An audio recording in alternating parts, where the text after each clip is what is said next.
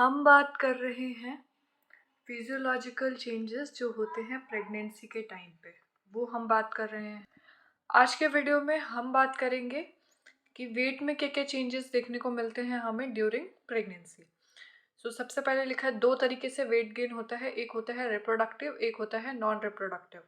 जो reproductive weight gain होता है वो होता है हमारे प्लेसेंटा की वजह से, फीटस की वजह से और एमनियोटिक फ्लूइड की वजह से।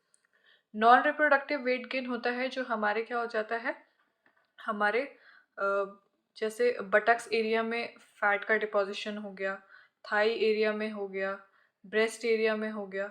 यहाँ पर क्या हो जाता है, जो फैट का डिपॉजिशन हो जाता है उसको हम बोलते हैं नॉन रिप्रोडक्टिव वेट गेन। तो वही लिखा है weight gain occur in two forms, दो फॉर्म्स में वेट गेन होता है।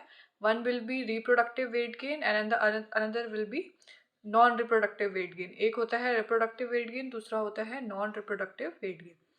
Reproductive weight gain occur because of growing foetus, amniotic fluid and placenta. Reproductive weight gain जो होता है वो किसकी वजह से होता है, ग्रोइंग फीटस की वजह से। फीटस उसमें बढ़ रहा है, फीटस बढ़ रहा है तो फीटस का वेट भी ऐड होगा, एमनियोटिक फ्लूइड है तो वो भी ऐड होगा, और प्लेसेंटा का भी क्या है, एक वेट है, तो वो उसकी वजह से भी क्या होता है, वेट में क्या होता है, इंक्रीज देखने को मिलता है। नॉन रिप्रोडक्टिव वेट गेन में हमने कहा कि जो फैट है वो डिपॉजिट हो जाता है कहाँ पे, थाई एरिया पे, ब्रेस्ट एरिया पे, बटक रीजन पे क्या हो जाता है, इंक्रीज हो जाता है। तो उस वजह से क्या देखने को मिलता है, वेट में इंक्रीज देखने को मिलता है। इसके बाद टोटल जो प्रेगनेंसी में होता है वो 11 से 12 किलो जो वेट होता है वो इंक्रीज हो जाता है। 11 to 12 kg weight increases in pregnancy. ठीक है, फर्स्ट ट्राइमेस्टर में होता है 1 किलोग्राम, सेकेंड ट्राइमेस्टर में 5 kg, थर्ड ट्राइमेस्टर में होता है 5 kg। अब बोला है कि जो अब देख रहे होंगे कि फर्स्ट ट्राइमेस्टर में क्या है, सिर्फ 1 kg है और बाकी में 5-5 है। फर्स्ट ट्राइमेस्टर में क्या होता है, मदर जो होती है वो बहुत ज़्यादा नोजियाटिक फील करती है, उसको क्या होता रहता है, नोजिया होता रहता है। इस वजह से उसको मतलब खाना तो उसको ज़्यादा खाने का मन नहीं करता, उससे ज़्यादा उसको उल्टी करने का मन हो जाता है। तो उस वजह से वेट क्या होता है, कम बढ़ता है।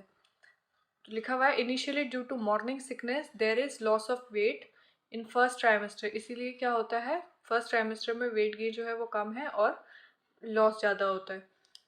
इफ़ वेट, अगर जो वेट है बच्चे का, अगर बच्चे का जो वेट है वो 2 kg पर मंथ, अगर हर महीने क्या हो, हर महीने क्या हो, 2 kg से ज़्यादा वेट बढ़ रहा है मदर का वेट जो है हर महीने, जैसे मान लो इस महीने 22 kg था और अगले महीने ये सीधा 25 kg हो गया, तो मतलब 2 किलो से ज़्यादा बढ़ गया।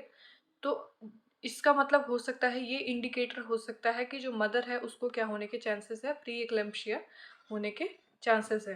तो ये हम याद रखेंगे, अगर 2 किलो से ज़्यादा वजन बढ़ रहा है तो मदर क्या हो सकती है, प्री एक्लेम्प्टिक हो सकती है आगे चलकर। इसके बाद बात करेंगे बॉडी वाटर मेटाबॉलिज्म के बारे में। बॉडी वाटर मेटाबॉलिज्म में हम बात करेंगे pregnancy is a state of hypervolaemia. Pregnancy में हाइपर वॉल्यूमिया का स्टेट आता है, जो मतलब पानी की मात्रा जो होती है वो क्या हो जाएगी, बढ़ जाएगी बॉडी के अंदर, वाटर रिटेंशन बढ़ जाता है।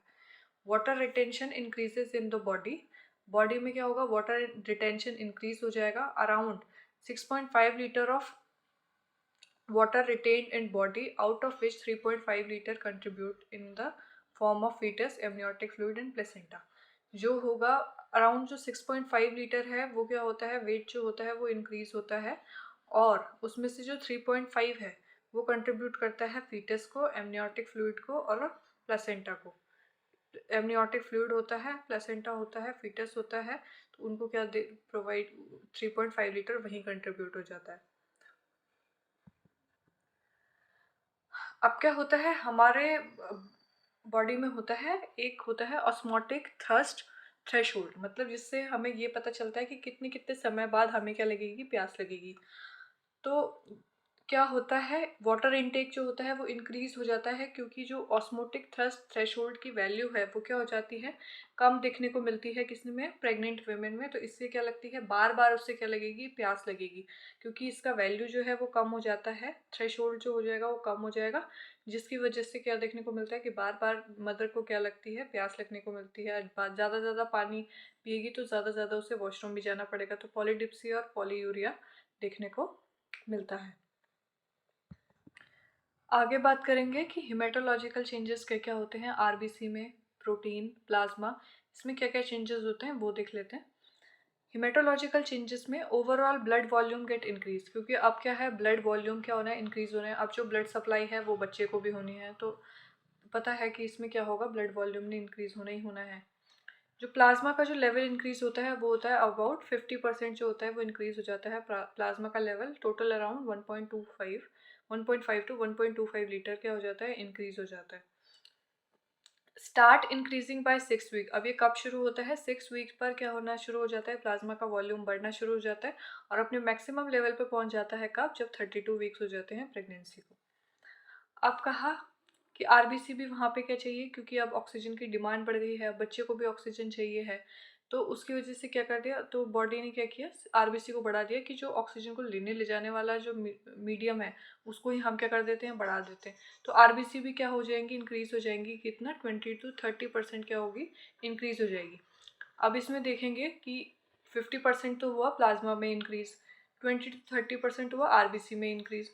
मतलब अब क्या होगा, मतलब ज़्यादा पानी में, मतलब अगर हम बोलते हैं कि हमने एक गोभी की सब्जी बनाई, गोभी की सब्जी, 1 गिलास पानी में हमने देखा कि 4 गोभी के फूल हैं, है ना, 4 4 5 6 जो भी हैं, 6 गोभी के फूल हैं।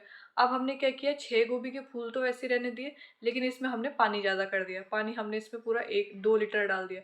तो अब क्या हुआ, 2 लीटर पानी में थे तो गोभी के फूल उतने ही पूरे के पूरे, लेकिन हमने पानी को बढ़ा दिया। तो वैसे ही क्या होगा कि जब प्लाज्मा जो हो रखा है वो इंक्रीज हो रखा है, प्लाज्मा 50% इंक्रीज हुआ है सिर्फ, लेकिन जो आरबीसी है वो क्या हो रखी है, 20% इंक्रीज हो रखी है।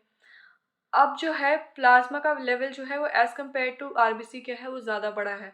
तो मतलब क्या होगा कि अब हमें क्या लगेगा कि उसमें क्या है, आरबीसी कम है। पर यूनिट एमएल में, पर यूनिट वॉल्यूम में क्या हमें देखने को मिलेगा कि उसमें आरबीसी का लेवल क्या हो रखा है, कम हो रखा है। There is increase in RBC by 20 to 30%, increase in volume up to 350 ml। अब वॉल्यूम में इंक्रीज देखने को मिलेगा, हमें आरबीसी के वॉल्यूम में कितना, 350 ml तक देखने को मिलता है। और इसी को हम क्या बोलते हैं, हीमोडाइल्यूशनल अनीमिया बोलते हैं। किसको, जब क्या होता है कि पर यूनिट वॉल्यूम में जो हमारा आरबीसी का नंबर है वो हमें क्या दिखेगा, कम दिखेगा, कम मिलेगा, तो उसे हम बोलते हैं हीमोडाइल्यूशनल एनीमिया। किसकी वजह से हो रहा है, क्योंकि वहाँ पे क्या है, प्लाज्मा का वॉल्यूम बढ़ गया है और आरबीसी क्या है, आरबीसी का उसके कंपैरिजन में कम बढ़ा है वॉल्यूम, इस वजह से हीमोडाइल्यूशनल अनीमिया देखने को मिलेगा। Haemodilutional anaemia is seen due to disproportionate increase in plasma in comparison to RBC, in comparison to RBC lead to haemodilutional anaemia, जो क्या करती है, हीमोडाइल्यूशनल स्टेट को बना के रखती है। फिर बात करेंगे कि प्लाज्मा प्रोटीन में क्या क्या चेंजेस होते हैं। तो प्लाज्मा प्रोटीन भी क्या होते हैं, इंक्रीज हो जाते हैं, प्रोटीन को भी क्या होना होता है, इंक्रीज होना होता है। टोटल प्रोटीन गेट इंक्रीज, जो भी प्रोटीन होंगे वो क्या हो जाएंगे, इंक्रीज हो जाएंगे। मेनली एल्ब्यूमिन क्या हो जा क्या एल्ब्यूमिन का लेवल क्या हो जाता है, एल्ब्यूमिन और ग्लोबुलिन का लेवल जो होता है वो फ्लक्चुएट होता है। तो प्रोटीन कितना बढ़ जाता है, 180 to 260 ग्राम तक बढ़ जाएंगे। Plasma increases as compared to protein, यहाँ पे भी सेम चीज़ होती है कि प्लाज्मा का लेवल ज़्यादा बढ़ता है एज कम्पेयर टू प्रोटीन के लेवल में। तो इसकी वजह से क्या देखने को मिलता है, जो एल्ब्यूमिन ग्लोबुलिन का रेशियो है वो पहले तो रहता है 1.7 टू रेशियो 1, एल्ब्यूमिन रहता है 1.7 और ग्लोबुलिन रहता है 1, बट प्रेगनेंसी के स्टेट में क्या हो जाता है, 1.1 हो जाता है। मतलब कहने का मतलब क्या है, एल्ब्यूमिन जो होता है, एल्ब्यूमिन का लेवल क्या हो रहा है, डिक्रीज हो रहा है, और ग्लोबुलिन का लेवल बढ़ जाता है, इसीलिए 1.1 पे हो गया।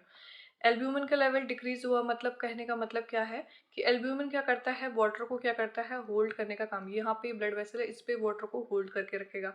एल्ब्यूमिन ज़्यादा होगा तो मतलब वाटर को होल्ड यहीं वेसल में बनाए रखेगा।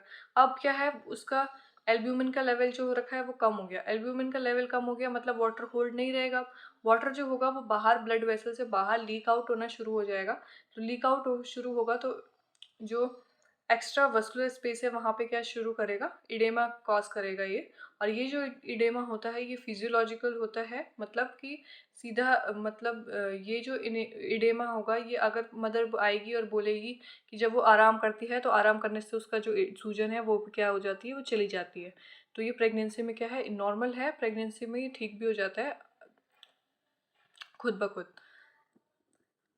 But in pregnancy it becomes so intravascular shift of plasma will seen, which will lead edema। As we know albumin is responsible to hold water and maintain the oncotic pressure. वही हमने कहा कि जो albumin है वो responsible है क्या, oncotic pressure को मेंटेन करने के लिए। ऑन्कोटिक प्रेशर का मतलब यही होता है कि उसको वाटर को यहाँ पे क्या करके रखेगा, वाटर या जो भी ब्लड है उसको क्या करना है, अपने यहाँ वाटर को होल्ड करके रखना है, तो उसी को हम बोल देते हैं ऑन्कोटिक प्रेशर।